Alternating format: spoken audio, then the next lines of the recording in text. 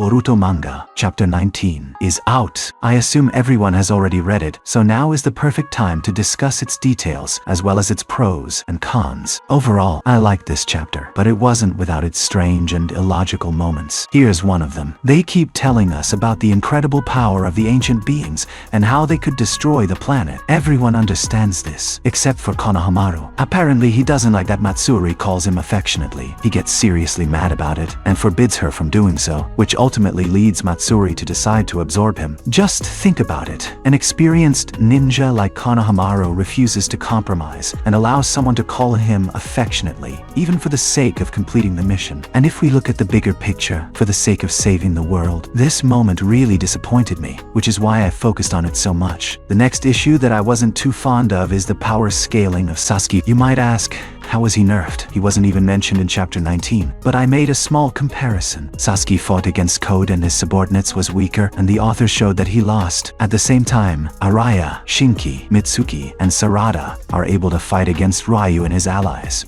who are much stronger than Code. Sarada didn't show anything impressive in the fight against Ryu. Mitsuki may have done something interesting, but nothing strong enough to defeat Ryu. Araya and Shinki also contributed, but let's be honest, none of them displayed anything particularly new or outstanding. So why did Sasuke lose so easily? There is an obvious answer. The authors are gradually pushing the older characters into the background to develop the newer ones. And while that makes sense, it's sad that they're doing it this way. Another point I want to discuss is the slow pacing of the story. Yes, we're finally seeing some action and battles, but let's be honest, this isn't what we've been waiting for. In the past 4 or 5 months, we've only seen one fight, which hasn't even concluded, and the plot has barely progressed. This chapter didn't mention Kawaki and Amato at all, nor did it touch on Boruto and Koji's actions. Konohamaru has been talking to Matsuri for 2 chapters already, and only now has Ryu started fighting. But even here, the focus keeps shifting. Let's face it, the chapters have become slower, with less action and more dialogue. I'm pretty sure that no one will even die in this fight, so why is it being dragged out for so long? I really don't understand. One more sweet moment was related to Araya and Yodo. It seemed to me that Araya has feelings for Yodo, even though this moment isn't that significant. Since these characters aren't the main ones, the authors are increasingly exploring the theme of romance in Boruto. Overall, I have more questions than answers after reading this chapter. I would rate Boruto Manga, Chapter 19, a 6 out of 10. What about you? Share your thoughts in the comments. We'll read them all. Well, that's all for now. See you.